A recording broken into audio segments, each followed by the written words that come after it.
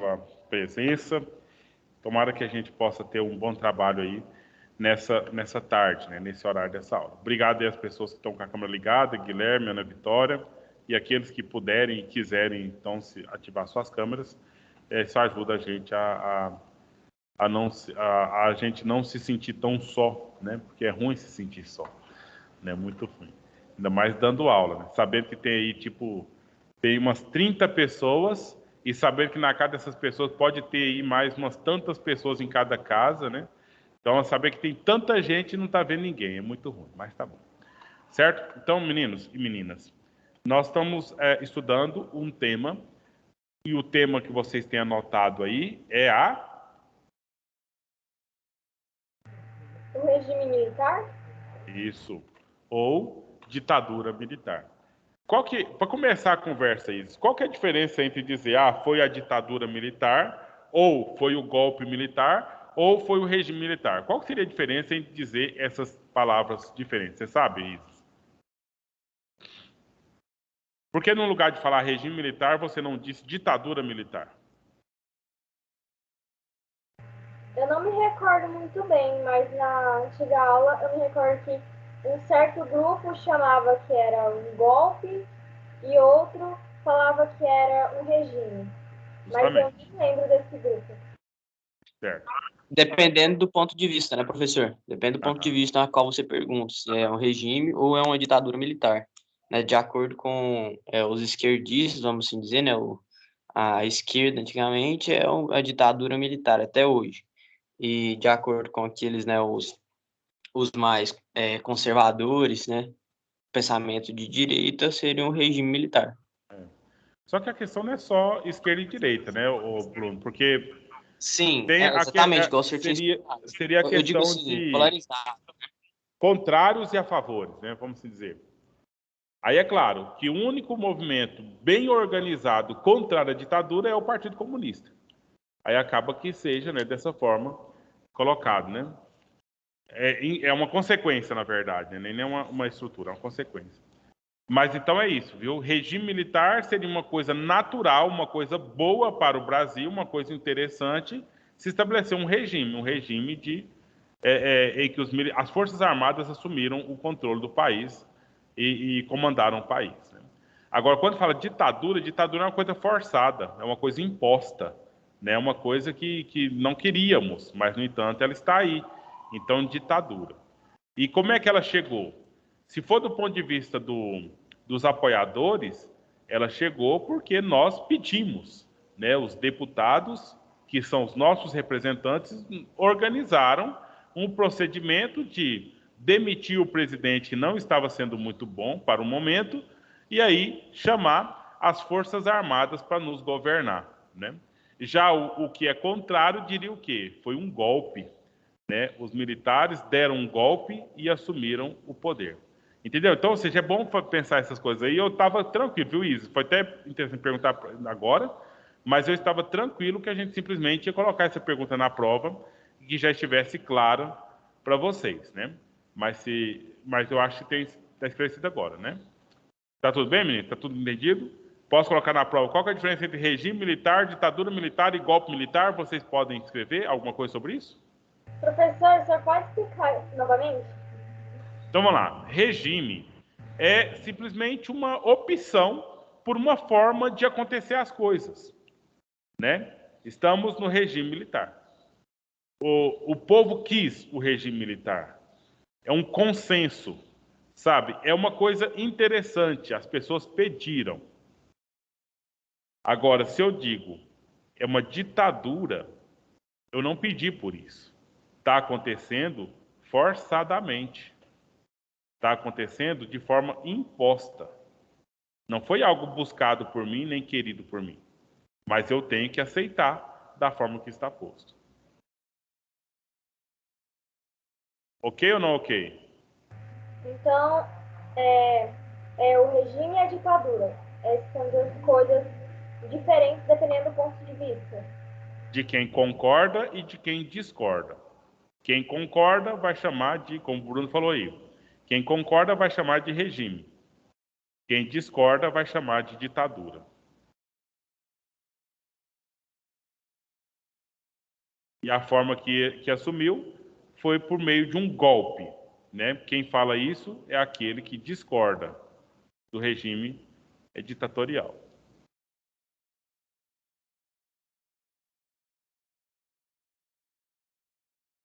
Para hoje, né, nós queremos conversar aqui sobre economia, uma situação econômica que nós então vivenciamos naquele contexto.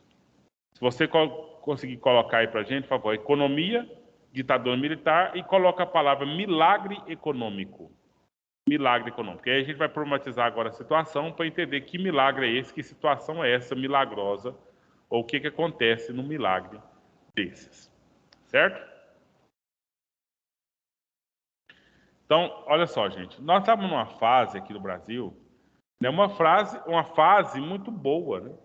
Lembra que nós brincamos aqui outro dia, falando que chegou uns carrão da hora aqui no governo Getúlio Vargas, né? Chegou aqui uns Fuscão do ano, uns Fuscas topíssimos. Chegou televisão, coisa que não tinha, e logo já veio televisão com a imagem colorida. Pensa que luxo, né? Então foi uma época que nós vivemos aí os anos dourados mesmo. A Revolução Industrial chegou aqui no Brasil e nós fomos então aproveitando esses frutos dessa revolução. E foi uma sequência de governos aí, desde... Sim? O senhor tinha mandado colocar economia e militar, como é que é milagroso? O que é? Economia na ditadura, milagre econômico. Ah, sim. Milagre econômico. Milagre econômico brasileiro. Estou circulando aqui na tela. Certo? Então, nós estávamos uma projeção de boas condições financeiras, econômicas, etc. Mas, para tudo tem um preço, né? Para tudo tem um preço. E esse preço a gente pagou amargamente. Quando eu falar gente, eu estou falando eu, né, inclusive. Porque eu sou uma criança pós-ditadura. Então, assim que terminou a ditadura, eu era criança, né? E aí já vivenciei uma série de situações de pobreza e situações severas mesmo nessa situação, na questão econômica, de todo aquele auge que nós tínhamos para aquela situação que passou daí para frente, que a gente então vivenciou um contexto de recessão e outras coisas mais. Vamos apontar alguns pontos desses, algumas questões dessas, né? Que, olha, veja só. O Brasil conheceu um intenso crescimento econômico. Por quê? Porque foi chegando aqui no Brasil uma revolução industrial, assim, é um processo, né? Mas aí a industrialização ocorreu nesse tempo. A agricultura, né, foi se desenvolvendo de forma cada vez mais promissora. E por que isso aconteceu nesse contexto?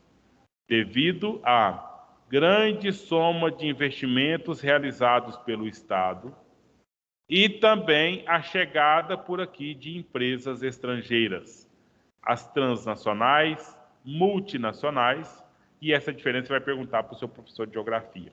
Qual que é uma empresa transnacional e o que é uma empresa multinacional? Fala com o seu professor de geografia, por favor. Certo? Mas é uma situação que nós vivenciamos aqui. E esse contexto, né, de o governo investir na industrialização, investir na indústria, na agricultura, e as empresas começarem a chegar no Brasil, gera o quê? Gera emprego, gera produtividade, gera salários e gera circulação dessa economia, uma vez que o povo tem salário para fazer compra dos produtos, né? Então aí você tem uma economia que está girando.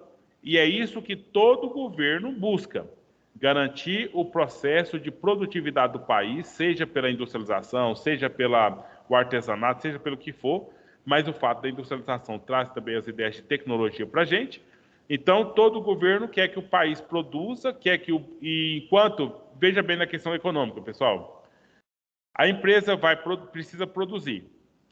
Ela produz, para ela produzir, ela precisa de empregados.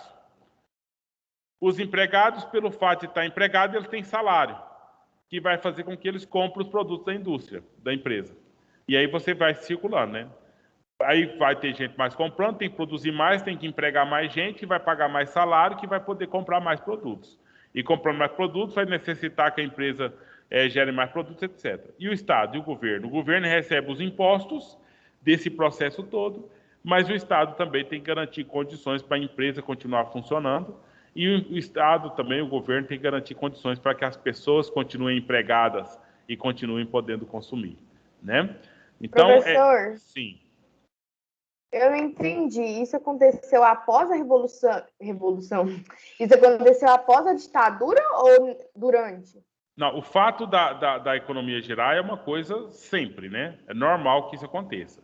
Mas dentro da ditadura militar, nós tivemos esse processo especificamente por meio da chegada de empresas transnacionais e multinacionais, empresas estrangeiras aqui no Brasil. E essas empresas, então, empregaram muita gente, e para elas virem para cá, elas receberam incentivos do governo do Brasil na época, durante o governo da ditadura. Tá claro ou ainda está confuso, Maria Eduarda? Maria Certo, Luiz. obrigada. Certo. Algum comentário mais, meninos e meninas? Ok? Então o fato desse... Sim, pois não. O senhor pode explicar novamente? Posso. Qual ponto que você queria entender um pouco melhor, Isis? Como funcionou o crescimento econômico? Certo. A questão da economia é uma coisa básica, como eu disse para você, para qualquer momento. Nós precisamos de produção, o país precisa produzir, e essa produção precisa ser comprada por alguém. Para a pessoa comprar, ela tem que estar empregada. E a empresa, para produzir, precisa de trabalhadores. A empresa, então, emprega as pessoas para produzir mais e vai vender mais, e quanto mais pessoas empregadas, mais pessoas compradoras tem por aí, que vai gerar fazer com que a empresa produza mais. Isso é fato. Especificamente na ditadura, o nosso crescimento econômico se deu por meio de um processo de industrialização do Brasil. Esse processo já vinha acontecendo desde o governo de Getúlio Vargas, de forma mais severa, desde a República, né? Mas o Getúlio Vargas veio fomentando as empresas no Brasil. Mas chegou no governo da ditadura, esse apoio e esse conchavo com os Estados Unidos fez com que a industrialização ocorresse com mais força aqui no Brasil, certo? Então nós tivemos muitas empresas estrangeiras por aqui e fez com que gerasse muitos empregos por aqui, né? Tá bom ou ainda não consegui atingir isso? Eu entendi. Obrigada. Tudo bem. Então esse é um fato, é uma fase da história que a gente chama de milagre econômico brasileiro. Ok? Então, milagre econômico brasileiro. Por isso que eu falei para você colocar lá do milagre econômico brasileiro. Só que agora, eu já vou começar a falar mal da mesma situação. Certo?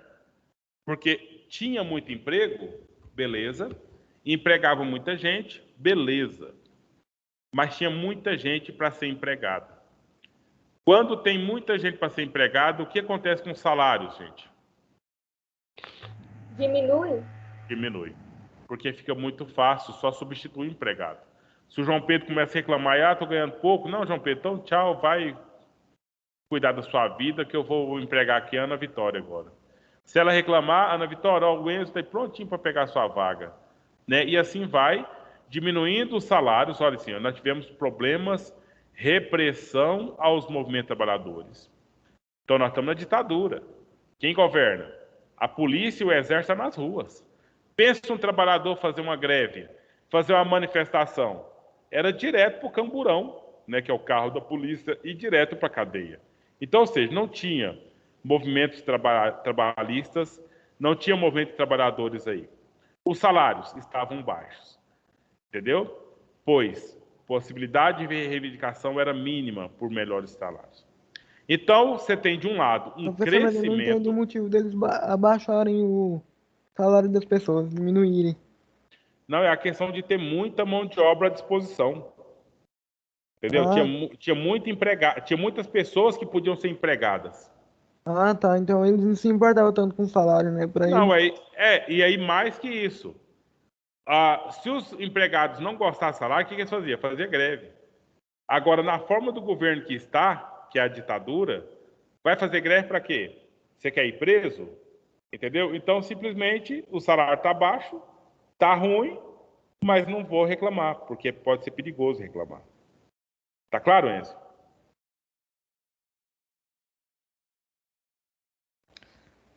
Tá, sim, obrigado. Então, olha só a situação. Esse tinha um crescimento, né? Só que nós não tínhamos uma distribuição da renda. Aquela coisa que nós até conversamos outro dia aqui, né? A pandemia gerou crise no Brasil? Gerou. Tem muita gente em situações péssimas, mas tem muita gente que melhorou a situação. Tem muita gente que tem dinheiro para emprestar, né? Então, ou seja, teve problema? Nós estamos passando por problemas? Sim, mas tem pessoas que isso não afetou em nada e se não melhorou a situação delas. Então, ou seja, a crise não é do país, a crise é de pessoas no país. E quase sempre, quais são as pessoas que entram em crise no país? As pessoas mais pobres da população. As pessoas que necessitam do trabalho para sobreviver, né? Então, aí você tem a situação de que, então, na ditadura, houve, como sempre na história, mas nessa época se registra, a concentração de renda nas mãos dos mais ricos. Isso foi muito possível no período da ditadura. Okay? Então, o Brasil pagava de riquinho para o mundo todo. Mas, no entanto, no interior nós tínhamos uma pobreza terrível. Por isso que eu pedi para vocês colocarem a palavra milagre econômico, certo? Para chegar agora e falar, não teve milagre coisa nenhuma. Toda essa pompa que o Brasil fez, e aí eu estou falando, né, eu não estou interpretando a história não, viu gente? Eu estou contando a história para vocês, recontando, né? Então, toda essa pompa que o Brasil teve, todo esse luxo que o Brasil teve, foi a custas de muito endividamento, muita dívida. Mas também, nós estávamos aqui num contexto, nós estamos perto dos anos 1970, tá? Nesses anos 1970, houve a crise mundial do petróleo. Com essa crise mundial do petróleo, nós temos, então, os Estados Unidos em maus lençóis, porque os Estados Unidos não produz quase nada do petróleo que eles mesmos consomem. Então, precisa sempre comprar petróleo pelo mundo afora.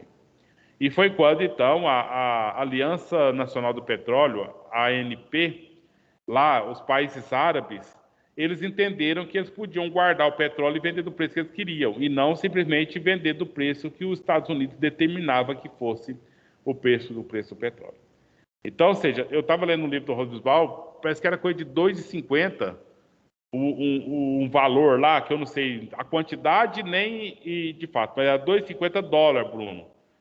E aí parece que chegou a 100, sabe? Acostumado a pagar 2,50, e aí os países lá que eram o dono do petróleo cobraram 100. A proporção aí de 50 vezes mais, né? Então, ou seja, eu não sei qual que é a quantidade, nem direitinho que, mas 2 dólares valeu Eu não 100 entendi dólares. isso aí. Os Estados Unidos já era fraco na produção de petróleo, ele já era meio pobre devido à produção de petróleo e ainda queria definir o preço dos outros petróleos que ele iria comprar, era isso que ele estava fazendo. Mas isso aí só mostra que ele não é fraco nada, né, Enzo? É muito pelo contrário. Ele não tem o produto que ele precisava, mas ele é filho da Inglaterra, que fez a mesma coisa, faz a mesma coisa, né? Ele não tinha o produto que ele precisava comprar o produto, mas ele era tão forte na negociação que ele definia o preço que ia ser pago, o preço que ele ia pagar.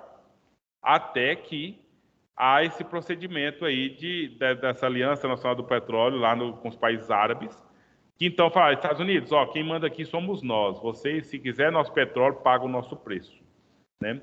Aí entrou em crise. Mas os Estados Unidos é muito esperto, ele entrou em crise e já organizou a forma de sair dessa crise, né? Já tinha tido a crise de 1929. Agora nós estamos na crise de 1970. E uma das formas de suprir essa crise foi começar a fazer acordo aqui no Brasil também. Começar a explorar a gente aqui. Por isso que eu estou falando dos Estados Unidos, porque tem reflexo dessa história aqui no Brasil. Entendeu? Então o Brasil estabeleceu um negócio com os Estados Unidos por muito tempo. Então os Estados Unidos estão em crise, o Brasil também entra em crise, junto nesse processo. Eu não sei se ficou claro, Enzo, pensando nessa questão aí.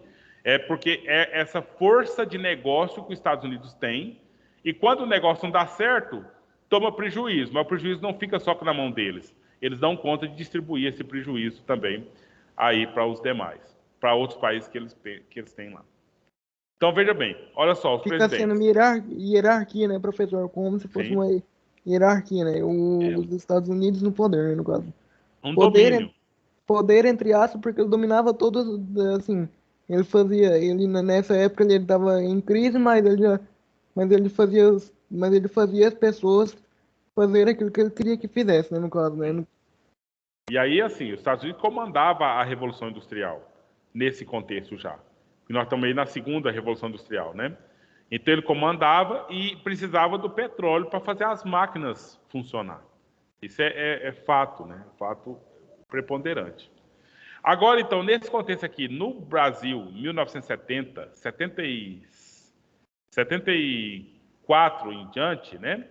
Nós temos o governo do general Geisel, né? Ele é o penúltimo. Então vamos lembrar a ordem deles aqui? Lembra a ordem dos presidentes da ditadura, meninos? Primeiro, Humberto, Castelo Branco. Depois, Medici. provinha de história que vai ser daquelas, hein? Calma, professor. Marechal. Não, já pode ir pro sobrenome deles, ô Maria Luísa, o último nome, né? Que é o Castelo Branco. O outro, Costa e Silva. Costa e Silva. Depois, Eu acho que é o. Gente, Medici? Ou é é o o Geisel? Médici. É o acento circunflexo no Médici, tá? É o Emílio Garrastazu Médici. E depois veio esse que nós estamos vendo agora. Escrito O Ernesto. Geisel, né? Mas você fala Geisel. Ok? Geisel. E o último, o bem brasileirão aí, João. Figueiredo, né? João Figueiredo, isso mesmo. Então já foi no contexto do penúltimo, que foi de 1974 até 79, e o último foi de 79 até 84. Então o Geisel foi o período em que o Brasil estava mais lascado nas dívidas. Estava mais terrível nas dívidas. Sim. Eu tô com uma dúvida. Quando chegar na hora da prova, a gente vai ter que escrever todo o nome de cada presidente ou pode escrever só o sobrenome? Não, eu não sei nem se vai ter essa pergunta na prova, nem como vai ser essa pergunta da prova, Isis. Mas é importante vocês saberem. Só o último nome já basta, né? Só para você entender mais ou menos esse contexto aí. Castelo Branco, Costa e Silva, Médici, Geisel, Figueiredo. Pronto, né? Eu acho que tá bom aí. Porque os anteriores, né, da República Democrática, nós temos lá o Dutra, o Vargas, né? Quem é o outro lá? O Juscelino. O Juscelino já, ele é mais famoso com o Juscelino, né? Juscelino Kubitschek. Ou JK. Você vai encontrar demais nos livros só JK. Aí você tem o Jânio Quadros e o Jango. Não vou falar do Jango agorinha aqui, tá? O João Goulart. João Goulart. Beleza, meninos? Então, o que acontece? O Geisel, que já é o penúltimo na ditadura, ele herdou consequências negativas do milagre econômico, né? Por exemplo, endividamento. Por exemplo, inflação. O que é inflação? Inflação, ou seja, é preciso, o dinheiro perde o valor, o dinheiro fica fraco, né? Aí, para comprar produtos simples, você gasta uma quantidade grande de dinheiro para poder comprar, né? E o que mais o pobre sofre? Recessão. O que significa recessão? Quem sabe explicar para a gente aqui? Quem gostaria de explicar? Não precisa saber, não. Só falar, eu acho que recessão é isso. Crise? Crise, é crise. Nós estamos no processo de crise, né? E na crise, especificamente a recessão, o que é o processo? Deixa eu dar um exemplo aqui, Enzo. Suponha que você compra 2 pacotes de arroz na sua casa para passar um mês. Você faz arroz ao almoço e faz arroz na janta. Se tivermos em recessão, significa ou não temos dinheiro ou não podemos gastar, que é a mesma coisa, basicamente, né?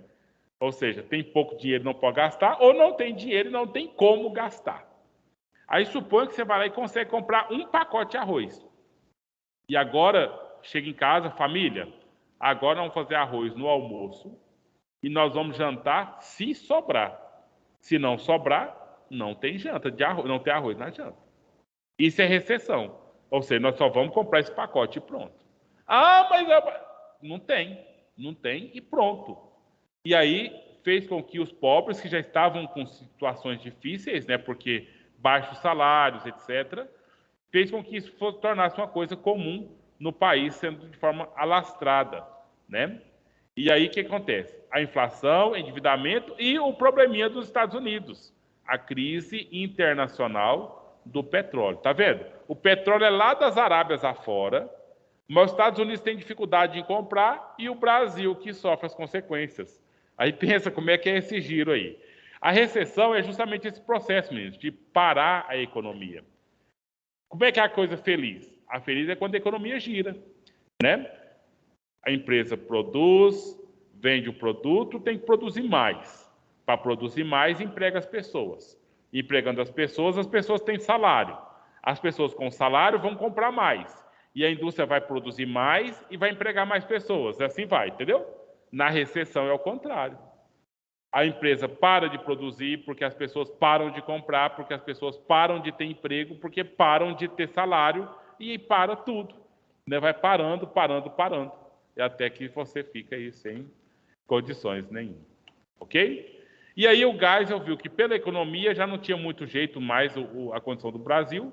Ele começou a fazer o quê? Um conjunto de medidas. E foram impostas pelo Ernesto Geisel, 1º de abril de 1977. Essas medidas tinham a ver com eleições. Veja bem, o presidente não era votado, certo? Mas os outros eram, entendeu? Os demais cargos políticos no Brasil, todas as pessoas votavam. Mas com as medidas do Geisel, entre uns cargos que não podia mais você votava, mas você não escolhia quem era realmente o que assumiria o cargo, é o cargo para governador. Porque a partir dessas medidas dele aqui, né, em 1977, já em 78 já teria eleição, e nessa eleição de 78, a eleição para o governador não seria feita pelas pessoas, seria feita pelos deputados. Então o povo escolhia os deputados e eles então escolheriam quem seria o governador. Certo? Então, houve ele mesmo, né, o próprio Geisel pensou que ia fazer democracia no Brasil, mas ele mesmo foi o que recuou nesse processo de democracia no Brasil. Então, pensando aí, você consegue agora, se tiver dúvida, pergunta, tal, ou tenta falar para a gente, ver se compreendeu. Esse negócio do milagre econômico, que história é essa aí na ditadura militar? Vi falar que na ditadura militar tem um tal de milagre econômico, que história é essa?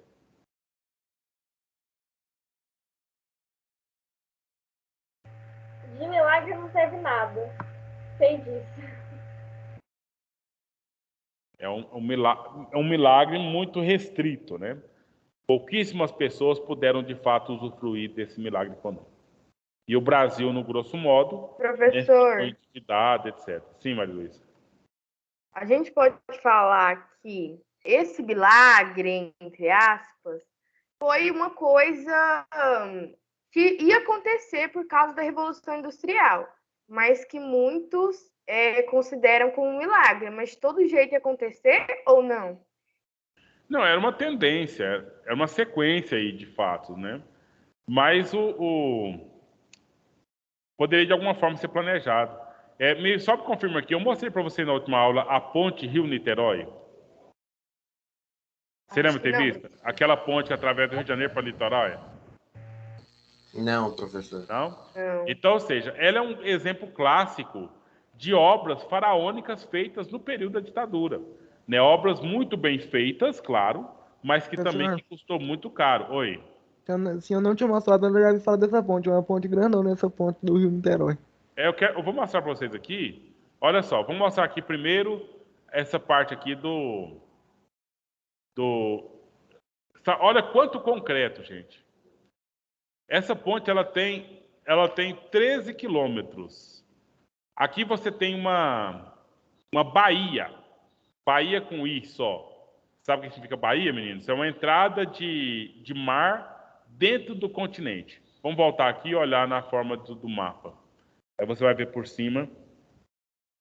Ué.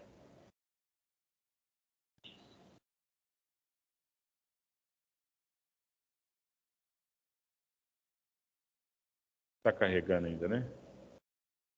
Então, tá aqui o Maps. Professor, e a chamada? Tá no grupo. Tá? Professor, Olha só. Sim, pois não. quando eu falo que não foi milagre nem nada, eu tô me referindo às pessoas, aos pobres, né? Porque Sim.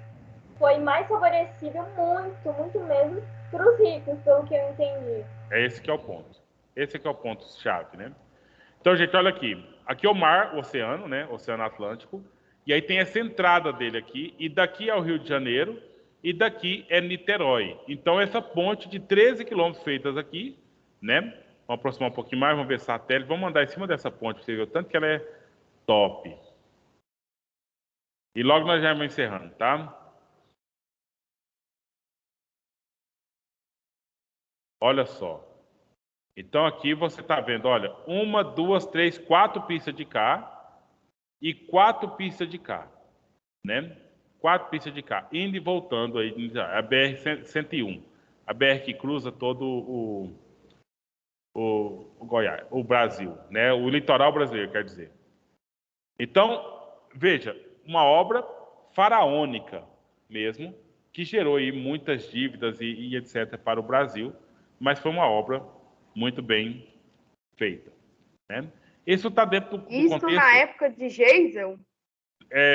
Foi dentro da ditadura. Agora não sei te dizer exatamente quando é que ela foi construída, mas foi construída com muita dívida. Ela foi antes do Geisel, isso eu tenho certeza, né? Foi depois a gente olha, ou vocês mesmos olham aí na internet, quando foi construída a ponte Rio-Niterói. Professor, eu vi uma reportagem que fala sobre isso, se não estiver enganado, ela foi construída lá na década de 70 para trás, se não estiver enganado. Mas é isso, né? Porque 70 foi o Geisel já, o governante, né? E a ditadura começou em 1964. Então, olha, já está no final aí do nosso tempo, né? Você podia anotar aí, por favor, movimento estudantil na ditadura, que é o tema que a gente vai então prosseguir na próxima aula. Certinho?